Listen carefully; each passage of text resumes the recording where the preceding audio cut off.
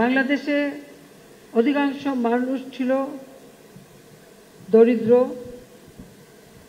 সবসময় তারা বঞ্চিত,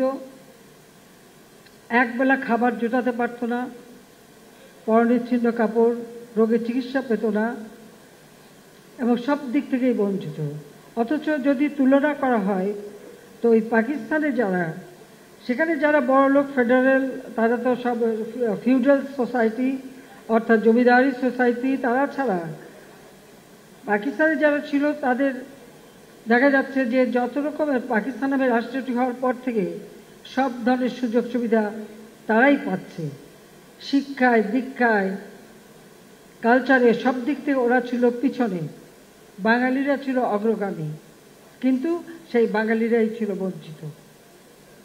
এবং বাংলাদেশের মানুষকে এরা একটা, আমি বলবো যে খুবই বাংলাদেশের মানুষের জন্য কিছুই নাই এরকম একটা দৃষ্টিভঙ্গিতে দেখত।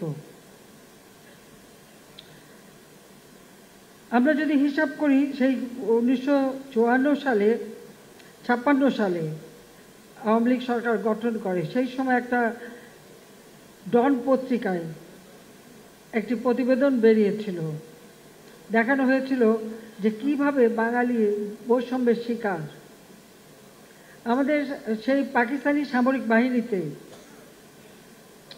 এক জেনারেল একজনও ছিল না,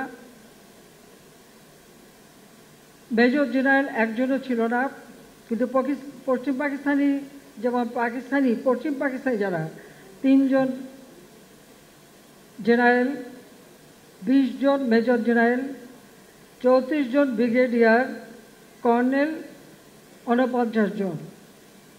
আর বাঙালি পূর্ববঙ্গ থেকে সবকিছুই 000। একটা মাত্র কর্নেলের পোস্টে একজন মাত্র প্রমোশন পেয়েছিল। লেফটেন্যান্ট কর্নেল 198 জনের মধ্যে বাঙালি মাত্র 2 জন, 590 জন মেজরের মধ্যে বাঙালি মাত্র 10 জন, আর সেনা অফিসার 894-এর মধ্যে বাঙালি ছিল মাত্র 13 জন। নৌবাহিনী অফিসার 593 জনের মধ্যে বাঙালি ছিল মাত্র 7 জন, আর বিমান বাহিনী অফিসার 640 জনের মধ্যে বাঙালি ছিল মাত্র 40 জন। এটা গেল সামরিক দিকে। অসামরিক খাতে অর্থাৎ আমাদের প্রশাসনে আমরা যদি দেখি 42 জন সেক্রেটারি, সবই পশ্চিমা, একটা বাঙালিও নাই, বাঙালিরা নাকি উপযুক্তও না। জয়েন্ট সেক্রেটারি 22 জনের মধ্যে বাঙালি ছিল মাত্র 8 জন, 59 জন ডেপুটি সেক্রেটারি, তার মধ্যে বাঙালি ছিল মাত্র 23 জন, 325 জন সেক্রেটারির মধ্যে মাত্র বাঙালি 50 জন, 3769 জন প্রথম শ্রেণীর গেজেটেড অফিসার, বাঙালি ছিল মাত্র 811 জন। এই বইটা আপনারা একটা সূত্র পাবেন, মাজহারুল ইসলাম সাহেব, অধ্যাপক মাজহারুল ইসলাম সাহেব একটি বই বঙ্গবন্ধু শেখ মুজিব গ্রন্থে লিখেছেন, তার পৃষ্ঠা 50-এ এই সূত্রটা আপনারা পাবেন।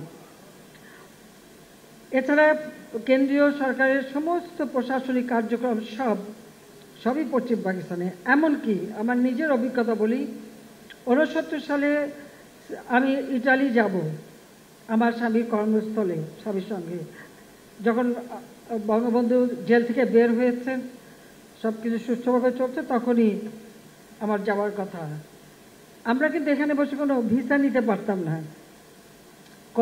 করাচিতে পাসপোর্ট বানাতে হবে, করাচিতে যে থেকে ভিসা নিয়ে সেখান থেকেই আন্তর্জাতিক ফ্লাইট পাওয়া যেত। এই পূর্ববঙ্গ থেকে কোনো আন্তর্জাতিক ফ্লাইটও যেত না। একই দেশ, পণ্য আমদানি রপ্তানি হতো লাইসেন্স ছাড়া। এখান থেকে কোনো জিনিস পশ্চিম পাকিস্তানে যাবে না, আর পশ্চিম পাকিস্তান থেকেও কিছু এখানে আসতে পারবে না। আমাদের দেশে পণ্য উৎপাদন করে কাপড়, যেমন রেয়ন মিল ছিল তখন, চন্দ্রকোনা পেপার মিল ছিল, এই কাগজ আমার দেশে আমাদেরই কাঁচা মাল দিয়ে তৈরি হতো। কিন্তু সেই কাগজ পাকিস্তানের দাম কম আর আমাদের এখানে দাম বেশি দিয়ে কিনতে হতো।